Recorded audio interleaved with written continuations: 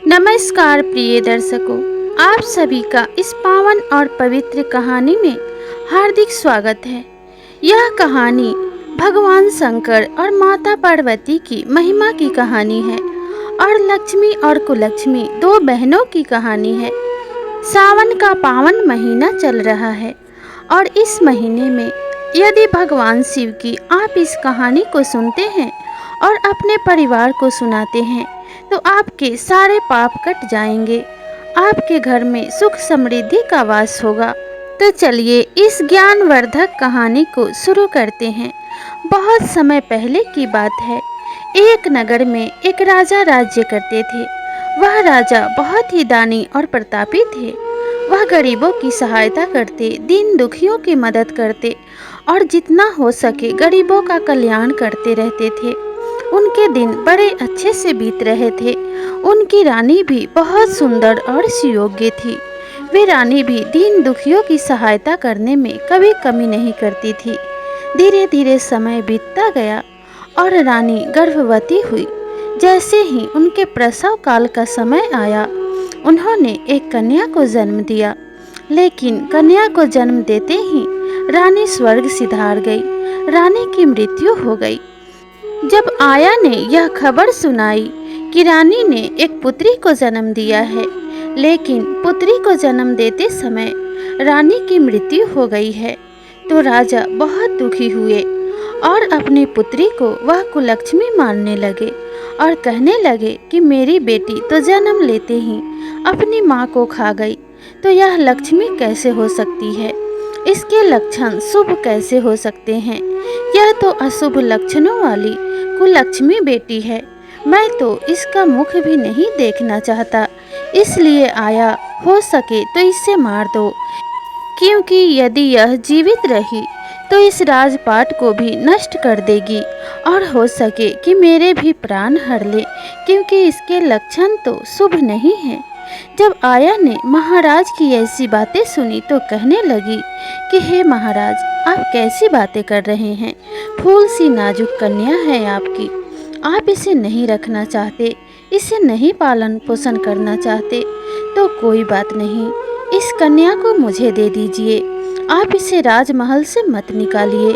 मैं अपने काम धंधे करते करते इसी राजमहल में इसे पाल पोस कर बड़ा कर दूंगी। आपको अगर इसका मुख नहीं देखना तो मत देखिए, इसे प्रेम भी मत कीजिए, लेकिन इसे जीवित रहने दीजिए। समय के साथ साथ बड़ी हो जाएगी तो आप इसका विवाह करके इसे कहीं दूर भेज देना। आया की बात राजा को उचित लगी और उन्होंने कहा कि ठीक है, जैसी तुम्हारी मर्जी। धीरे धीरे समय बीतता गया और राजा ने दूसरी विवाह कर ली। दूसरी रानी भी बहुत सुंदर थी। राजा उसे भी बहुत प्रेम करने लगे। धीरे धीरे समय बीतता गया और दूसरी रानी भी गर्भवती हुई। 9वें महीने में उसने भी एक सुंदर कन्या को जन्म दिया। उस कन्या का नाम राजा ने लक्ष्मी रखा, क्योंकि उसके जन्म के पश्चात उसकी माँ सही सलामत थी, सुरक्षित थी। इसलिए राजा को ऐसा लगा कि मेरी यह बेटी तो लक्ष्मी का स्वरूप है। इसने अपने माँ को नहीं मारा और इसके जन्म लेने से हमारे ऊपर कोई विपत्ति नहीं आई। समय के साथ साथ दोनों बहनें बड़ी होने लगी। एक बहन राजकुमारी की जिंदगी जी रही थी, वहीं दूसरी तरफ कुलक्ष्मी एक नौकरानी की तरह जीवन व्यतीत कर रही थी। वह राजा के महल में नौकरों की तरह काम किया करती थी। जो भी बचा खुचा मिलता वही खा लेती, धरती पे ही सो जाया करती थी।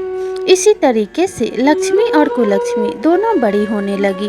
राजा लक्ष्मी को बहुत प्रेम करते थे और उसकी माँ भी उसे बहुत प्रेम करती थी। वहीं दूसरी तरफ कुलक्ष्मी को सभी लोग दुत्कारा करते थे। एक वही आया थी जो उसकी माँ के रूप में उसे प्रेम किया करती थी। धीरे धीरे समय के साथ कुलक्ष्मी भी अब युवा हो गई थी। एक दिन वह राजा के महल के बाहर काम कर रही थी, तभी उसे एक संत की वाणी सुनाई दी। संत अपने शिष्यों को प्रवचन सुना रहे थे और उन्हें ज्ञान की शिक्षा दे रहे थे। कुलक्ष्मी ने जब उनकी आवाज़ सुनी तो अपने काम को छोड़कर उनके पास जाकर बैठ गई और उनके प्रवचन को सुनने लगी। उस संत का प्रवचन कुलक्ष्मी को बहुत अच्छा लगा। उसे सुनकर उसके मन को बहुत सुकून मिला। अब तो वह नित्य ही काम छोड़कर उस प्रवचन को सुनने जाने लगी। उस ज्ञानी संत के प्रवचन को सुनकर कुलक्ष्मी भी बहुत ज्ञानी और संस्कारी हो गई थी। धीरे धीरे समय बीतने लगा। एक दिन राजा के मंत्रियों ने राजा से कहा कि महाराज, आपकी बेटी कुलक्ष्मी अब युवा हो गई है, आपको उसका विवाह कर देना चाहिए। तब राजा ने रानी से कहा कि हे रानी, वह भले ही मैं उसे अपनी पुत्री नहीं मानता, लेकिन है तो मेरी ही जिम्मेवारी। मैं उस कुलक्ष्मी का विवाह करना चाहता हूँ। तब रानी ने राजा को सलाह दिया कि महाराज, वह तो कुलक्ष्मी है, जहाँ भी जाएगी बर्बादी ही लाएगी।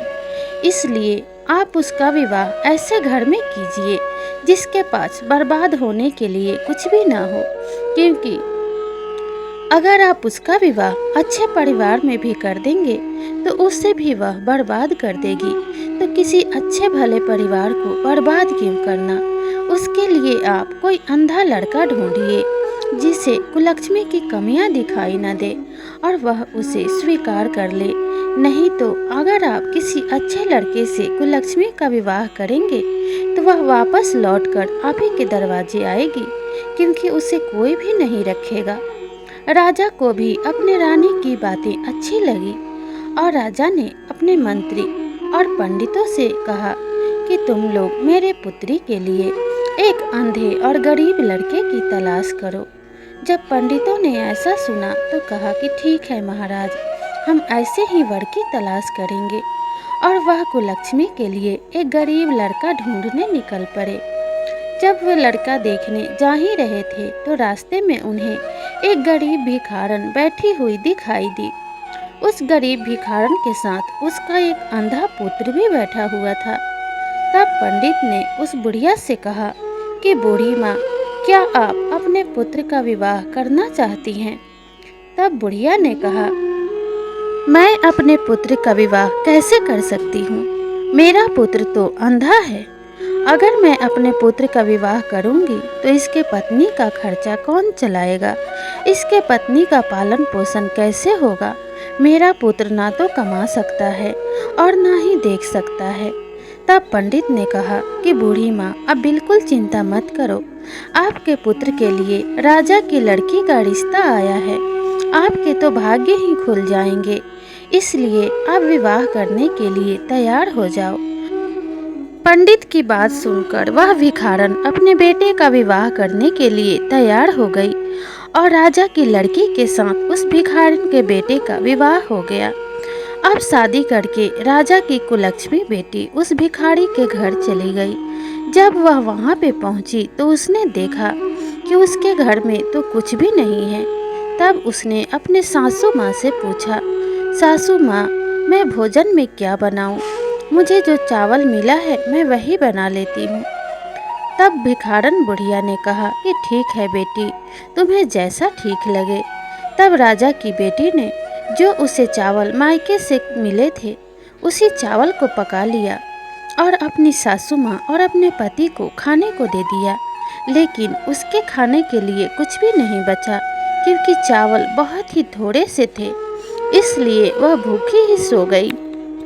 जब अगले दिन सुबह हुई तो उसने अपने सासू माँ से कहा कि सासू माँ, आप दोनों भिक्षा मांगते हैं और भिक्षा मांगने से इतना अनाज पर्याप्त नहीं हो पाता जिससे हमारा गुजारा हो सके।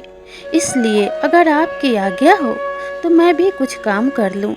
तब उस बुढ़िया ने कहा कि बेटी, तुम तो राजा की पुत्री हो, तुमसे काम नहीं हो पाएगा। तब राजा की बेटी कुलक्ष्मी ने कहा कि हाँ माताजी, थोड़ी मुश्किल आएगी लेकिन मैं कर लूँगी, और मुझे तो हमेशा से काम करने की आदत है। अपने पिता के महल में भी मैं काम किया करती थी, इसलिए आप चिंता मत कीजिए। और राजा की बेटी कुलक्ष्मी ने एक टोकरी में थोड़े से फल ले लिए और शिव मंदिर के बाहर जाकर बैठकर बेचने लगी। धीरे धीरे जो भी श्रद्धालु शिव मंदिर में पूजा करने आते वे उस कुलक्ष्मी के फल खरीद लेते। आखिरकार कुलक्ष्मी के टोकरी में बस 2 ही फल बच गए। तब भगवान शंकर और माता पार्वती को कुलक्ष्मी की परीक्षा लेने की सूझी। और फिर क्या था, भगवान शिव और माता पार्वती कुलक्ष्मी के पास एक बूढ़े दंपति का रूप धरकर आए और कुलक्ष्मी से कहने लगे कि बेटी, मुझे फल खाने की इच्छा हो रही है और मुझे बहुत जोरों की भूख भी लगी है। मैं बहुत दूर से आ रही हूँ, इसलिए मुझे भूख और प्यास दोनों लग गए हैं, लेकिन मेरे पास पैसे नहीं हैं, इसलिए मैं भूखी हूँ। क्या तुम मुझे अपना फल मुझे दे सकती हो? तब उसके पति यानी भगवान शंकर उसे मना करने लगे और कहने लगे, तुम कैसी बातें कर रही हो? बिना पैसे के फल कैसे मिलेंगे? तुम इससे फल मत मांगो। कुलक्ष्मी ने जब माता पार्वती की ऐसी बातें सुनी तो कहने लगी कि हे माता, आप तो मेरे माँ समान हैं और आपको अगर भूख लगी है तो आप यह फल श्रद्धा पूर्वक खाइए, बिल्कुल भी संकोच मत कीजिए और इस फल को खा लीजिए। और कुलक्ष्मी ने वह फल उठाकर माता पार्वती को दे दिया। माता पार्वती बैठकर उस फल को खाने लगी और भगवान भोलेनाथ खड़े होकर यह सब देख रहे थे।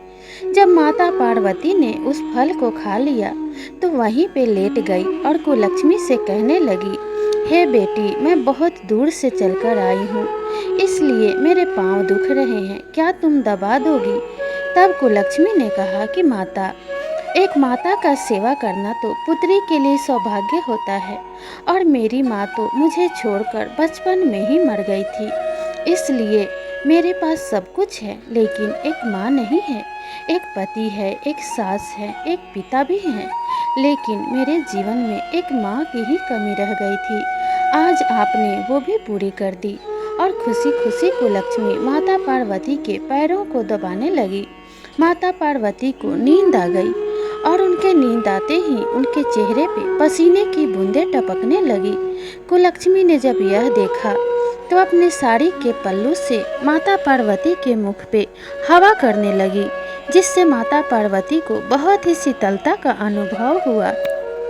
माता पार्वती यह सब देखकर मन ही मन मुस्कुरा रही थी और भगवान शिव से मन ही मन कह रही थी कि कुलक्ष्मी कितनी अच्छी है, आप तो व्यर्थ ही इसकी परीक्षा लेते रहते हैं, अब आप इसे धन्य धान्य से भर दीजिए।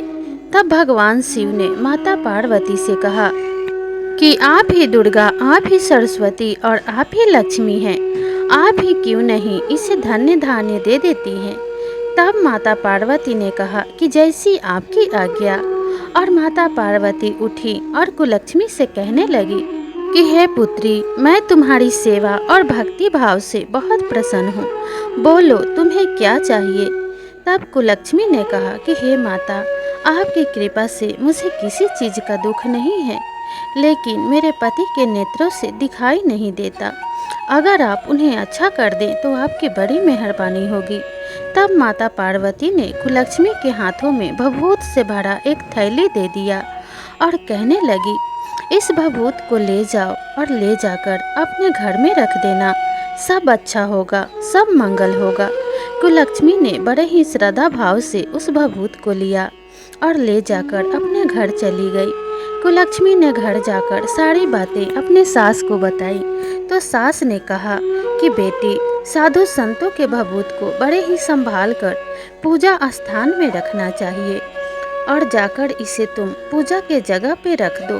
तब कुलक्ष्मी अपने पति के पास गई और कहने लगी कि हे स्वामी, मंदिर के पास एक बूढ़े माता और पिता के समान व्यक्ति मिले थे, उन्होंने ही मुझे यह भभूत दिया है, मैं इसका क्या करूं? तब उसके पति ने कहा कि इस भभूत को तुम घर के सारे कोनों में डाल दो और थोड़ा सा भभूत ले जाकर पूजा स्थान में रख दो और थोड़े भभूत से मुझे तिलक कर दो। तब कुलक्ष्मी ने वैसा ही किया। ऐसा करने के बाद कुलक्ष्मी ने भोजन बनाया, सबने भोजन किया और उसके बाद में सो गए। जैसे ही सुबह उठे तो उनका घर एक महल के रूप में बदल चुका था, वहाँ से कुटिया गायब हो गई थी। कुलक्ष्मी को अपने आंखों पे विश्वास नहीं हो रहा था। उसने अपने पति और सास को जगाया तो सब देख के आश्चर्यचकित होने लगे। उन्हें भी अपने आंखों पे विश्वास न हुआ। तब कुलक्ष्मी को इस बात का ध्यान आया कि जो उन्हें मंदिर के बाहर मिले थे वह कोई और नहीं, माता पार्वती और भगवान शिव थे। तब कुलक्ष्मी ने अपने पति और अपने सास से कहा कि हे माँ, जो मंदिर के बाहर मिले थे वह साक्षात माता पार्वती और भगवान शिव थे, इसलिए उनकी कृपा से ही हमें यह सब प्राप्त हुआ है। तो हमें भगवान शिव का और माता पार्वती का एक मंदिर बनवाना चाहिए और उसमें उनकी मूर्ति स्थापित करके उनकी पूजा आराधना करनी चाहिए। तब कुलक्ष्मी ने अपने पति और अपनी सास की स्वीकृति से भगवान शिव का एक बहुत ही भव्य मंदिर बनवाया और उसमें उनकी मूर्ति की स्थापना की और बहुत ही विधि विधान से नित्य पूजा पाठ करने लगी। माता पार्वती और भगवान शिव की कृपा से कुलक्ष्मी और ज़्यादा धनवान हो गई और उसके पति की आंखें भी ठीक हो गई। वे सब बहुत ही सुखमय जीवन व्यतीत करने लगे। उधर कुलक्ष्मी का पिता धीरे धीरे गरीब होने लगा और कुलक्ष्मी की बहन भी धीरे धीरे गरीब होने लगी। कुलक्ष्मी के बहन के घर में यानी लक्ष्मी के घर में रोज लड़ाई झगड़े होने लगे और उसकी सास उसे ताने देने लगी, कहने लगी कि तुम्हारे आने से पहले सब कुछ कितना अच्छा था और तुम्हारे आते ही यह घर बर्बाद हो गया, इसलिए तुम हमारे घर से निकल जाओ। अब लक्ष्मी अपने पिता के घर गई और यह सब अपने पिता को बताया। तब कुलक्ष्मी के पिता को इस बात का एहसास हुआ कि मेरी बेटी कुलक्ष्मी ही असल में लक्ष्मी थी। उसके घर में रहने से धन्य धान्य से घर भरा हुआ था और उसके घर से जाते ही मैं गरीब हो गया और जिस बेटी का नाम मैंने लक्ष्मी रखा अक्सर में वह भी कुलक्ष्मी ही है, क्योंकि वह जहाँ गई वहाँ भी गरीबी का वास हो गया। उसी समय लक्ष्मी अपने पति के साथ अपने पिता के घर निमंत्रण लेकर गई, क्योंकि उसने मंदिर बनवाया था। जब उसके पति को उसके पिता ने देखा तो वह पहचान नहीं पाए और कहने लगे, हे सुंदर राजकुमार, तुम कौन हो? तब वह बोला कि मैं आपका दामाद और कुलक्ष्मी का पति हूँ। तब राजा ने उसे गले से लगा लिया और कहने लगा, बेटा मुझे क्षमा कर देना, मैंने तुम दोनों के साथ बड़ा ही बुरा व्यवहार किया है। तब उस कुलक्ष्मी के पति ने कहा कि कोई बात नहीं पिताजी, कभी भी समय एक सा नहीं रहता, इसलिए हमें अपने ऊपर अहंकार नहीं करना चाहिए। और कुलक्ष्मी ने अपने पिता के पैर छुए और कहने लगी, पिताजी बीती बातों को भूल जाइए। लक्ष्मी और कुलक्ष्मी कुछ नहीं होता, सब कर्मों का फल होता है। हम जैसे कर्म करते हैं वैसे ही फल पाते हैं। अगर हम अच्छे कर्म करें तो हमारे घर में बरकत और सुख समृद्धि आने से कोई नहीं रोक सकता। आप भी भगवान शिव का मंदिर बनवाइए, उनकी पूजा आराधना कीजिए और लक्ष्मी से भी ऐसा करने के लिए कहिए। धीरे धीरे आप सभी के कष्ट भी दूर हो जाएंगे और आपके घर में सुख समृद्धि का वास हो जाएगा। अब उसके पिता भी मंदिर बनवाकर भगवान शिव की पूजा आराधना करने लगे। अब भगवान शिव और माता पार्वती की कृपा से उनके घर में भी धन धान्य और सुख समृद्धि का वास हो गया। अब कुलक्ष्मी नित्य ही अपने पिता के घर आने जाने लगी और वहाँ रहने लगी। उसके चरणों के प्रताप से वहाँ सब पहले जैसा हो गया और उसके पिता उससे बहुत प्रेम करने लगे और उसे अपने सीने से लगा लिया। अब कुलक्ष्मी को अपने पिता का खोया हुआ प्यार वापस मिल चुका था। लक्ष्मी के घर में भी पहले से अधिक धन्य धान्य हो गए और वह भी सुखमय जीवन व्यतीत करने लगी। तो प्रिय दर्शकों, आप सभी को यह छोटी सी कहानी कैसी लगी हमें कमेंट करके ज़रूर बताइएगा। और अगर यह कहानी आप सभी को अच्छी लगी हो तो कमेंट बॉक्स में ओम नमः शिवाय ज़रूर लिखिएगा और इसे अपने पूरे परिवार के साथ मिल बैठकर सुनिएगा। आपके घर में भी भगवान शिव बरकत और सुख समृद्धि का वास करे। ओम नमः शिवाय। हर हर महादेव। जय भोलेनाथ। मिलते हैं अगले कहानी में, तब तक के लिए नमस्कार।